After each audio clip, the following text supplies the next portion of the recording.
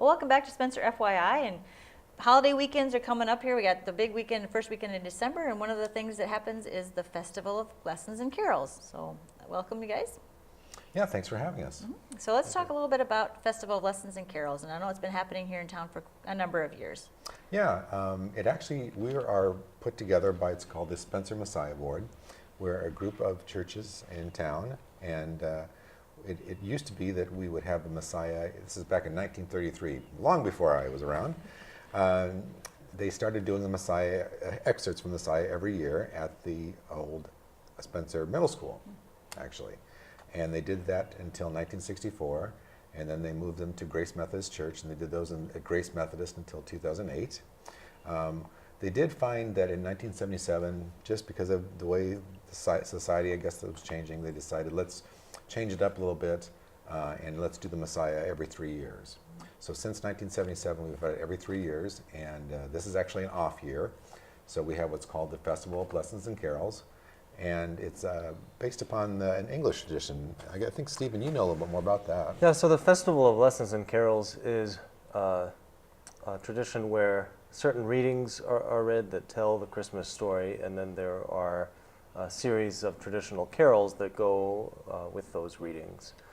And it's just a really fun way to hear the Christmas story and for the community to come together and sing. Yeah, and it's an English tradition, I believe, right? Yeah, I think it originates from the Anglican Church in the 19th century. And so, yeah, I mean, technically there is a certain set of readings and music that go with it. We kind of make it more Midwestern, I guess. As we keep readings, and then we, each year, the Messiah Board, these last couple of years, we've gone from where we used to have individual church choirs sing songs between the lessons to forming mass choirs, sort of like what we do in the Messiah years. And then we've been able to, the last couple of years now, pick songs that better reflect those verses. So that's the neat thing. So speaking of choirs, we had started rehearsals in October and had a nice group of singers, but we still could use some more sopranos and tenors for both choirs. The choirs meet on Sunday nights and Thursday nights at 7 o'clock at Sacred Heart Church, where the performance is. And you're welcome to still sneak in if you'd like to. The people we have right now know the songs very well. They'll help you get the rest of the stuff figured out. So both choirs rehearse on the 30th of November, right before the festival. We do take the Thanksgiving Day and the Sunday after that off. People are with their families, and that's where they should be. So anyway, yeah. So since 1977, we've done this every 3 years, and actually our Messiah performance is coming up next year. So that'll be neat, and that's one of the things when we do take an offering at the festival. That money goes towards to help for the strings that we bring in and stuff like that. So that's so that if there's any people out there that want to sing the Messiah next year, you can dig out your copy so you're ready to go next October. Perfect. So what's the date for this year's? I kind of alluded to it at the beginning, but dates and times and all that stuff. Sure. It's Sunday, December 3rd, the first Sunday of December at 3 o'clock at Sacred Heart Catholic Church. Do come early because we do seem to fill up quickly. So, you know, it's not unusual for people to get there at 2:30 so they can get a nice seat. And one thing we added last year, we generally during the offering time, we've had some sort of instrumentalist play flute duets, we've had brass choirs, it's been a variety of things. And last year we thought, well, we have a really good bell choir at Sacred Heart and a really good bell choir at Bethany Lutheran where Stephen directs. Let's see if we bring them in and put them together, and that was very well received. So during the offering, we have a combined bell choir. So Stephen, why don't you tell us, because that's a real treat. If you haven't heard English handbells, they are so cool. So last year we did 3 pieces. Each choir did a piece by themselves, and then we did one piece where we played together. And that was so much fun that this year we aren't doing any individual pieces. All the music we're doing is combined handbell choir, and then there's one piece we're doing based on a traditional English hymn called In the Bleak Midwinter, and it is for a full handbell choir and a full hand chime choir.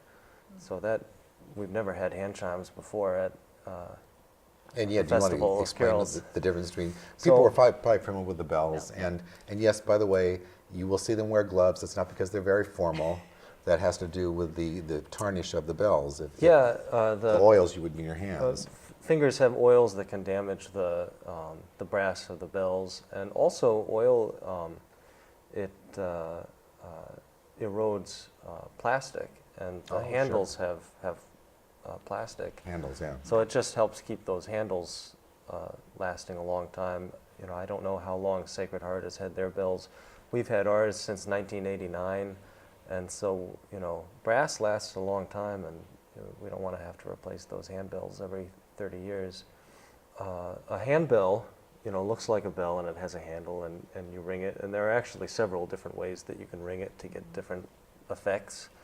A hand chime just looks like a cast aluminum rod that you just whack, and it has a little hammer on it, and it makes a really cool tone.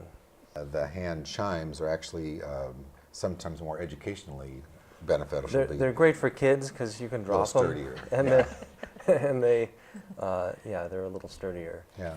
So, I mean, not only do you have the two community choirs singing, you have the hand chimes and the bells of the offertory. Actually, what was really cool then at the end, traditionally we come into O Come All Ye Faithful and we end with Joy to the World. They've added, we did it last year, of having the handbells play on Joy to the World as well, to go along with Kurt's work and we get another trumpet. So yeah, it's like you say, it's just a great way to open that holiday season. I know our Thursday choir, I guess when we do these festival choirs, we kind of do the stuff that you always kind of wish you could do in your own churches, but you don't have the numbers and the people to do it. So we kind of throw a lot of stuff in. I know on one of I'm directing the second choir. Robin Keith from the Mormon Church directs the first choir. In our second choir on Thursday night, we have a piece that uses two flutes, accompanies with them. Then one of the other pieces we're doing actually has some handbells from Sacred Heart playing with us. It's very neat. That's the Angel Gabriel. That's a kind of a fairly familiar holiday tune. And then I should mention that for those millennials that enjoy Leonard Cohen's Hallelujah, we did find a Christmas version of that.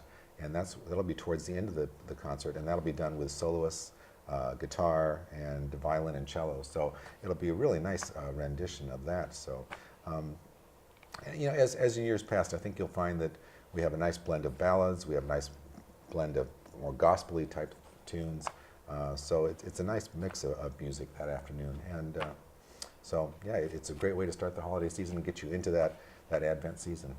Who's your reader? Who's going to be reading the lessons? I think is it Pastor Wallace, Brad Wallace from Faith Pentecostal, I believe it is. Does that sound right, Stephen? Yeah, I think so. We were going to ask him, and Yeah. So, and again, that's a honor we share with each of the pastors in the town. Each year we try to get a different one in there, and I think we have some other ones doing prayers as well. So it gives a nice ecumenical feel to the service. And I will plug that yes, we want you to come December 3rd at 3 o'clock, but if time does not allow it, please tune into SMU because SMU is very good about being there and taping the program, and you can watch it later on Channel 3. Yep, Christmas weekend. Yep. Yeah, so, and if you were there, you get to watch it again. Perfect. and this is just an awesome thing that the Spencer community does. I think that, you know, we have to appreciate that not every community comes together like this every year to put together a program like this, and I think it's really special. Kind of, what is the layout for the day? You come in, we sing a congregational hymn of O Come All Ye Faithful. Then we do a reading, and then the choir sings. And actually, I'm glad you brought that up because this year and again, I guess it's just one of those musician things. We enjoy playing our music, but we don't always like to do it the same thing all the time. We like to change things up a little bit. So this year, we're actually going to have the choirs come in after the first reading to O Come Emmanuel. And just a very nice, we've really put a nice version together on that. So we'll be coming in after the first reading, so that'll be a little bit different for people. So, but then the service progresses in that style of readings and carols, songs, basically. We call them carols, but they're basically anthems. And in the middle, we do take an offering, and we also, we do combine the choirs, actually. Where the combined choirs sing, of course, on O Come Emmanuel. Then they also sing at the middle. Stephen found this really beautiful English hymn, and I'd known it for years and I'd forgotten about it. And it's called Let All Mortal Flesh Keep Silent. It's by Gustav Holst, or it's his arrangement, or Yeah, it's his arrangement. yeah, it's an arrangement of his piece, and it really is. It's a classic of vocal literature, and so the choirs combine on that. And luckily, Stephen plays the organ because it's got a crazy hard organ part. I mean, it looks crazy hard to me. So he does play the organ on that one. And then after that, the service we do take an offering, and again, that goes to the Messiah board to help support when we do have the Messiah, the strings in, and the other instrumentalists too. After the final choir sings their number, we put the choirs together again, and we sing the Hallelujah chorus from Handel's Messiah. And then we sing our last closing hymn of Joy to the World. Awesome. Sounds like a great, wonderful day. I know, the time, you plan this thing and then all of a sudden it's done, and it's like, it's just so much fun that afternoon. It really is. All right. So dates and times again. Date Sure. and time. Sunday, December 3rd, 3 p.m. at Sacred Heart Catholic Church. Get there early for good seats. Perfect. And it is free, it's just, an offering is taken, yeah. Perfect. So a great way to start off the holiday season at Sacred Heart that day. Well, thanks for joining us today. You betcha. Thank Thanks you. for having us. Hopefully everybody marks their calendar for December 3rd and get out for Festival of Lessons and Carols. We'll be back with more FYI right after this.